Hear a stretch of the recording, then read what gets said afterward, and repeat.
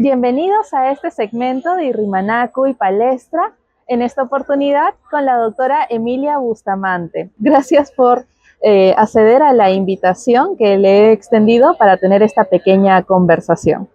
Muchas gracias por la invitación a Palestra en esta 28ª Feria Internacional del Libro. Muy encantada de compartir unos minutos. Gracias, doctora. Bien, acabamos justo de estar en la presentación del libro La justicia como profesión del profesor Zagrebelsky y usted brevemente nos comunicó y nos expresó también varias experiencias de usted como jueza, porque el libro de hecho se presta para poder comunicar esas experiencias precisamente porque el autor hace una suerte de categorización de profesionales dedicados a alcanzar la justicia.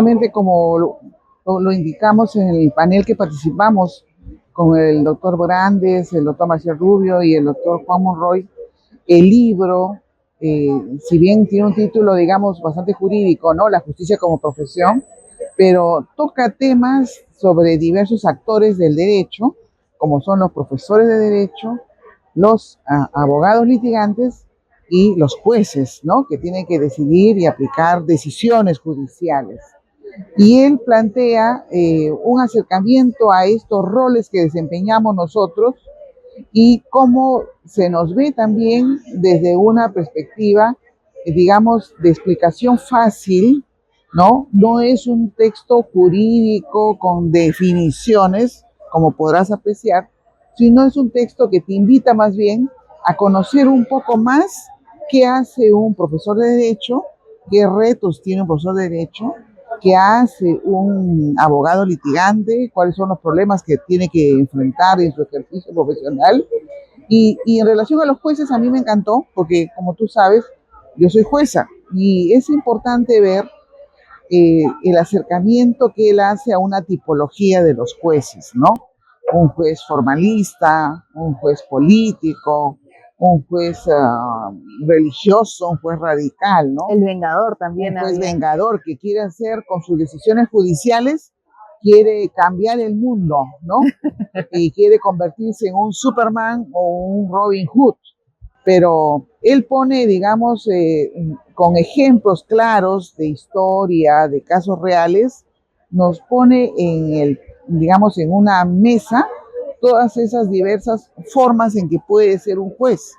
Pero como tú me preguntabas, un juez no puede ser encasillado con una sola etiqueta, porque depende mucho de cuál sea la función que tenga que desarrollar, ¿no? Si es un tema operativo, por ejemplo, de aplicar la ley de pensiones y se tiene que ver si cumple los aportes de pensiones, está acreditado los años de aportes y tiene que concederle ese derecho que le han negado a la administración, digamos, es un juez que va a aplicar la ley tal cual, ¿no es así?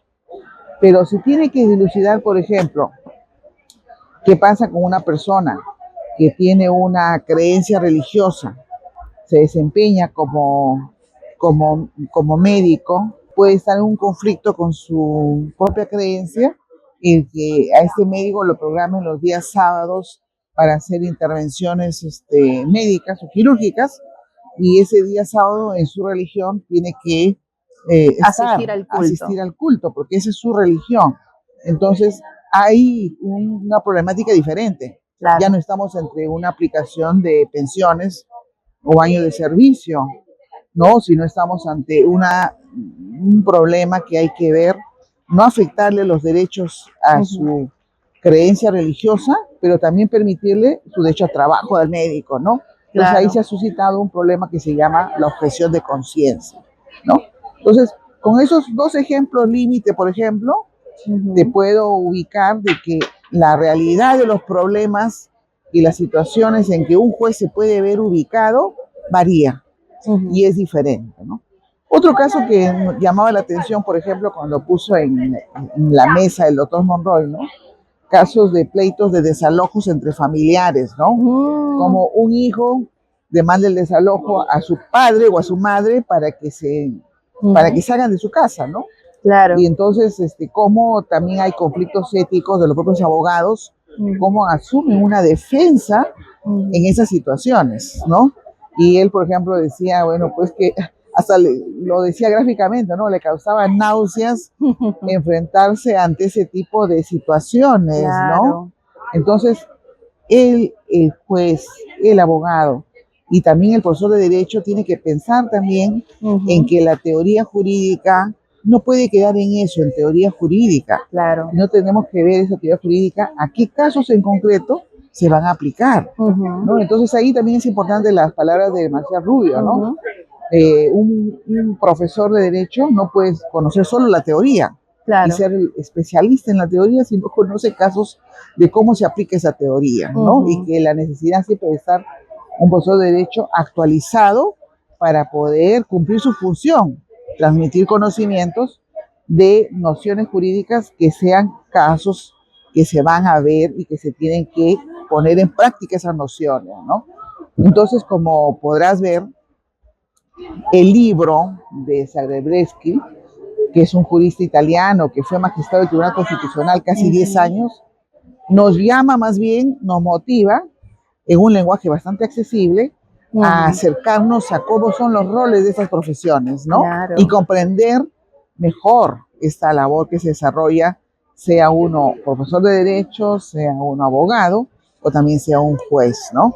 Correcto, sí. Y hablando de ello, me gustaría saber cómo es que usted, tal vez, no sé si dentro de las aulas de pregrado o a lo mejor en los primeros años, ya como abogada, se decidió por enrumbarse en el camino de ser juez del Poder Judicial. ¿Cómo así lo consideró? Mira, gracias por la pregunta. Es una situación muy simpática la que me pasó a mí, ¿no? Porque yo estaba muy, digamos, con la perspectiva de dedicarme a la docencia, porque ese era, digamos, un poco mi sueño profesional, ¿no? Ujú. Pero como dice Javier Heró en su poema, ¿no? Los ríos, ¿no? Ujú. Los ríos son aquellos afluentes que nos llevan al mar, ¿no? Sucede que la vida nos presenta diferentes oportunidades.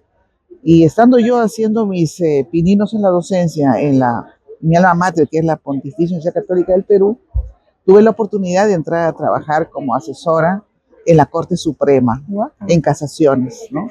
Esta experiencia laboral fue muy rica, muy importante en mi desarrollo profesional y, digamos, sembró el bichito, ¿no? Ujú. De pensar en ser juez, porque antes no lo había pensado ni lo había tampoco decidido, ¿no? Pero la experiencia de casi 5 años, 4 años y meses en esta asesoría, viendo todos los procesos que llegan hasta la Corte Suprema, ya sea para resolver en casación o recursos de nulidades con el anterior Código Procesal, me dio una perspectiva de ver los problemas judiciales en sus diferentes facetas, ¿no? Y cómo uno tiene que resolver con conocimiento, con preparación, con estudio, con responsabilidad, ¿no? Años después, eh, ya definida mi vocación por la judicatura, postulé a ser magistrada, Perdón, perdón. ¿no? En la Corte Superior de Justicia de Lima, donde fui nombrada por el anterior órgano, no, que hacía los nombramientos de los jueces, que era el Consejo Nacional de la Magistratura. Esto ya hace casi 25 años, ¿no? Wow. Así es. Y bueno, la carrera fue prosiguiendo, continuó, y el 2022, luego de un concurso largo, extenso, de casi 6 meses, logré una plaza como jueza suprema titular, ¿no? De la Corte Suprema, ¿no? Donde me vengo desarrollando y laborando siempre en la especialidad del derecho civil, ¿no? En sala civil. Bastante interesante, doctora, lo que me comenta, porque ciertamente son esas experiencias eh, como asesor que cuando nos relacionamos ya en el círculo laboral, ¿no? Tiene mucha influencia en lo que vayamos a decidirnos a dedicarnos toda la vida, porque es con lo que ya aprendemos en la praxis, vemos esa realidad, ¿no? Y como última consigna de esta entrevista, no sé si tuviera algunas palabras que pudiera, si gusta, dirigirlo a la cámara, ¿no? para aquellas personas que tienen deseos, ya sea ya estén titulados o estén en proceso de, o incluso alumnos, que desean ser jueces. Gracias por esta invitación a modo de despedida. Bueno, yo creo que es una oportunidad valiosa, porque la sociedad peruana tiene un alto número de jueces provisionales o supernumerarios. Entonces hay plazas que faltan cubrirse y completarse. Y creo que la experiencia de la judicatura es una oportunidad profesional, ¿no?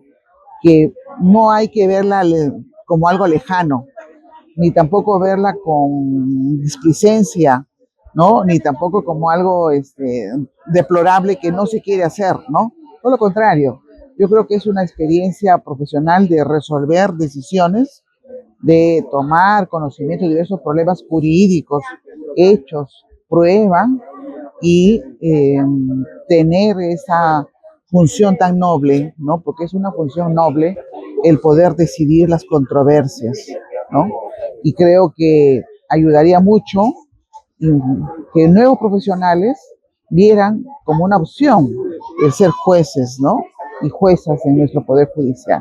Creo que es una especialidad, una opción profesional que creo que hay que voltear y dar una mirada. No se le mira mucho. Bien, muchas gracias, doctora Bustamante, por este espacio. Esto fue Rimanaco y Palestra. Nos estaremos encontrando en una próxima oportunidad.